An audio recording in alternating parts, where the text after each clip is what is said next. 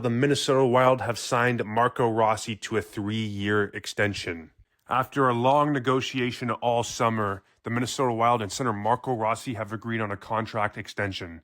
Starting this season, it'll be a 3-year deal worth $5 million a year for the 23-year-old. Rossi avoided the sophomore slump last season, putting up career highs in goals, which he had 24, and assists, having 36, totaling for 60 points. Whilst the 5'9" center was comfortable in the net front and was one of the Wild's best playmakers throughout the season, he took on a first-line role at times, averaging 18 minutes and 15 seconds of ice time throughout the season. What might have rubbed the budding center the wrong way was his playoff usage. He recorded 3 points in his team's round 1 exit, but only averaged 11 minutes and 8 seconds of ice time.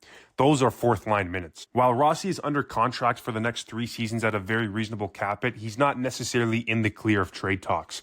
The Carolina Hurricanes signed star forward Martin Necas to a bridge deal in the 2024 offseason, but traded him to Colorado just a few months later. If the only issue between Rossi and the Wild was agreeing on a contract, then the problem is solved, and the team has itself a reliable top 6 contributor. His impact can be even greater in 2025, 2026, and beyond, which may allow Minnesota to not only return to the postseason, but also finally do some damage in the playoffs.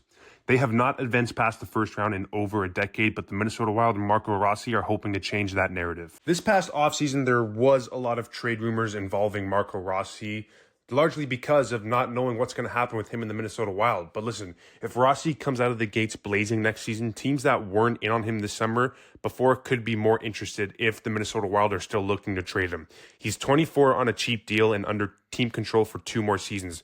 That could also be a way for the Wild to wring more value out of Rossi, paving the way for the big move that was promised but never delivered upon this summer.